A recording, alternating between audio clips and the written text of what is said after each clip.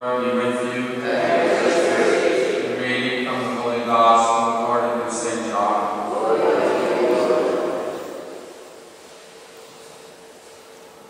Jesus said to Nicodemus, "Do not be astonished that I said to you, you must be born from above. The wind blows where it chooses, and you hear the sound of it, but you do not know where it comes from or where it goes. So it is with everyone who is born of the Spirit." Nicodemus said to him, "How can these things be?" Jesus answered him, "Are you a teacher of Israel, and yet you do not understand these things? Very truly, I tell you, we speak of what we know and testify to what we have seen, yet you do not receive our testimony. If I have told you about earthly things and you do not believe, how can you believe if I tell you about heavenly things? No one has ascended into heaven except the one who descended from heaven, the Son of Man. And just as Moses lifted up his serpent in the wilderness, so must the Son of Man be lifted up, that whoever believes in him may have eternal life." The Gospel of the Lord.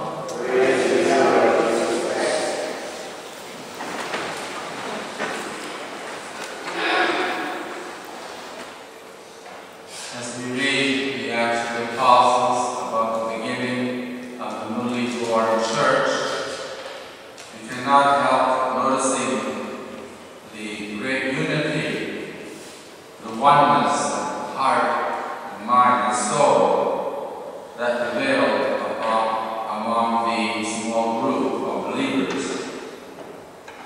They shared everything.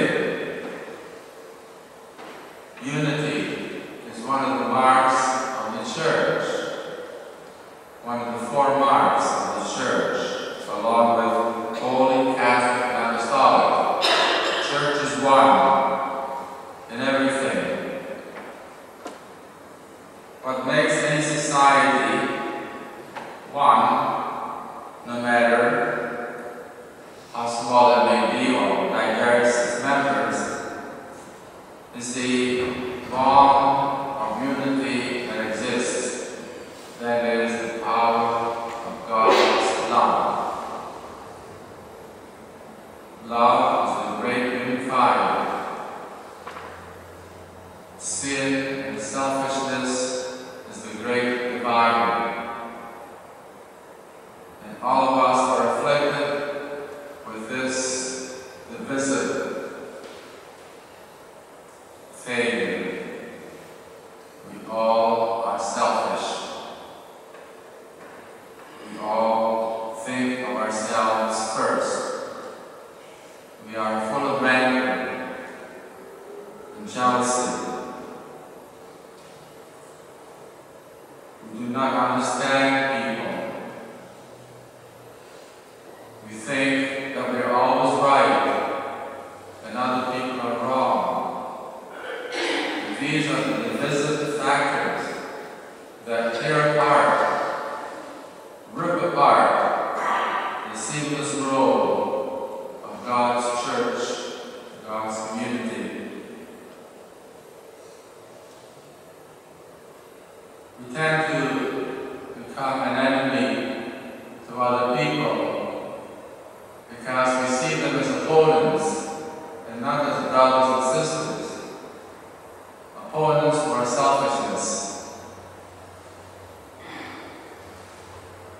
We must become enemies not of other people, but enemies of ourselves, enemies of our selfishness, our self-love, to self-righteousness, to our lust for power and aggrandizement.